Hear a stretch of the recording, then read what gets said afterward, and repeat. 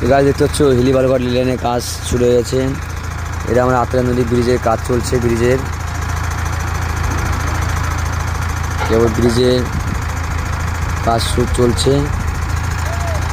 এখানে জিসিবিতে কাজ চলছে। পিছনে দেখো কত লেবার জিসিবিকে সাপোর্ট দেওয়ার জন্য দাঁড়িয়ে গেছে।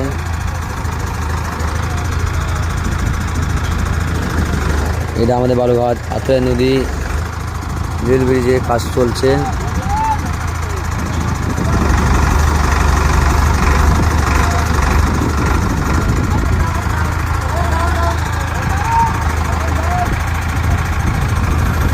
ভাই কত লোক দেখো, কত লোক দেখাচ্ছেন দর্শক,